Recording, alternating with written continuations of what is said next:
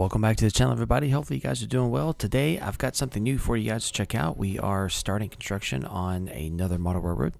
So currently I've got two that are out on the download station. I've got the North Texas Beltline and the Brighton branch, and both of those are in a pretty much finished state. I do have a couple of things that I have consistently needed to kind of polish on both. The North Texas Beltline, I kind of need to take a few payware assets out, and the Brighton branch, I need to replace some switch stands and finish a little bit of the scenery. Both of those were about to be finished when I had my last hard drive failure, so I'm going to have to kind of pick up on that work again, so I'll eventually get there. But right now, I wanted to start a new route. There have been some people asking if I was going to start a new model railroad soon, plus I already had kind of the idea of this one. But this is the Kansas City Southern Greenville subdivision, and we're pretty much only looking at the eastern side of the Greenville sub. So this runs from Dallas, Texas to Shreveport, Louisiana. We're pretty much looking at the eastern part of Texas. We won't be going out of Texas on this one. And then we're going to include the fictional, because it never existed, Longview branch, which is a branch that heads from Hugh Springs on the KCS south to the city of Longview, which does have a considerable rail service of BNSF and UP, but there's no northbound connection to the KCS in Hugh Springs. So right now we are in Hugh Springs building the divisional yard here. This is, I think it's actually the largest yard in real life on the entire Greenville sub. I know Hunt Yard in Greenville is also pretty sizable, but I don't think it compares to this one.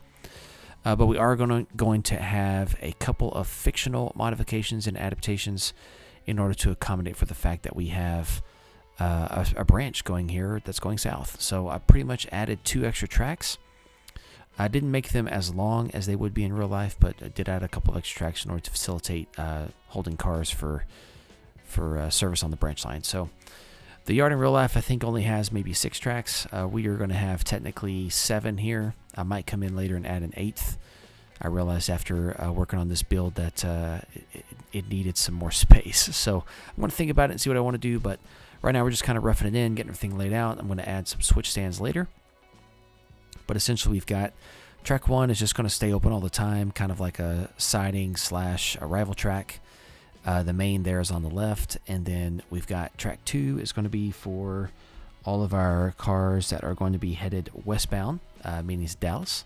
Track 3 is going to be for all our cars heading eastbound to Shreveport or anywhere else on the KCS system.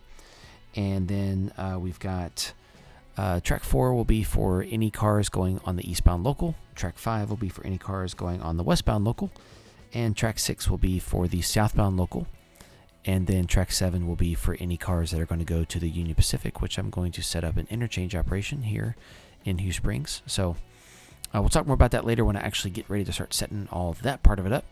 But here I'm going to go ahead and rough in some of the buildings for Hugh Springs. We'll definitely go back and polish this up considerably. Plus, I'm probably not even going to use the road assets I have sitting there right now. I just have those kind of as placeholders, so wanted to get a feel for everything.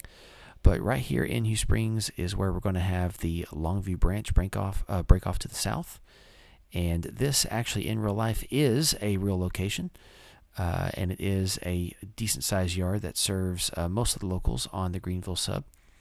So it is a well-known area in this part of East Texas for its service on the KCS line. So we've got the intermodal trains come through here. They don't do any work here though, but they pass through. And then we've got a couple of just manifest freight trains that come through and do some work in the yard. So quite a bit of activity that we'll get to have once we're there. But right now the plan is I'm going to set up the operations using JMRI. And instead of doing a JMRI series on this, we're just going to kind of do that as an accessory.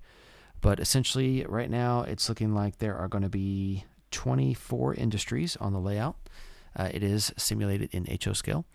And we're going to have 8 through trains that you can run that don't do any work on the layout. They will come with train orders and switch lists, however, which is kind of cool. Just a switch list will tell you that there's no work to do except run through.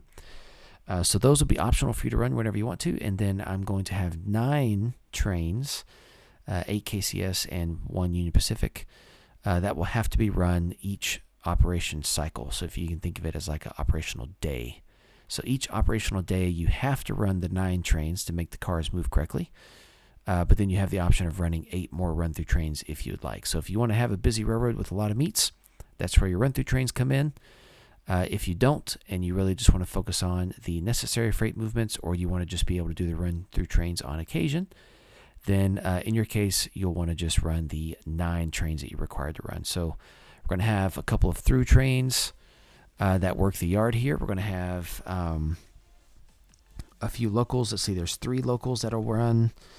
And then there is the UP interchange train. Actually, I think I set it up to actually have 2 UP interchange trains. Very nice. Yeah, so quite a bit more work, actually. There will be an auxiliary yard further to the west. Once we start heading west on this route, you'll see that. But we are going to set this up kind of like it's a model room, a basement, or something like that. So there'll be brick walls and all those goodies going around, and backdrops and all that fun stuff. So plus we'll have an edge of the table lined out with everything like I usually do on the model railroad. So it'll definitely have that feel of a model railroad, but that's the plan moving forward. So in HO scale, our maximum train length is going to be about 17.5 feet, which is about 1,500 feet in real life. So here I'm just kind of shuffling through the JMRI and adding in the yard tracks. We're going to do the detailing of this probably off camera, but this is me just kind of setting up their links and whatnot and getting them in place. So as I go and build the layout, I do want to show a little bit of this, not to show it as like an educational part, but just more or less kind of to show it's there. It'll be in fast speed like everything else, but maybe when you watch it, you can glean something from it and catch something. If you ever need to ask a question, of course, you can always do that. But for now, I realized I needed to add a few more assets I'm missing. So I went ahead and cut this one short after about 25 minutes of building so that I could, 1, go to bed, but also 2, go get those assets. And we'll just bring those in next time. So stay tuned for more on this. I'll probably do 1 a week. Thanks for watching, and I will see you guys next time.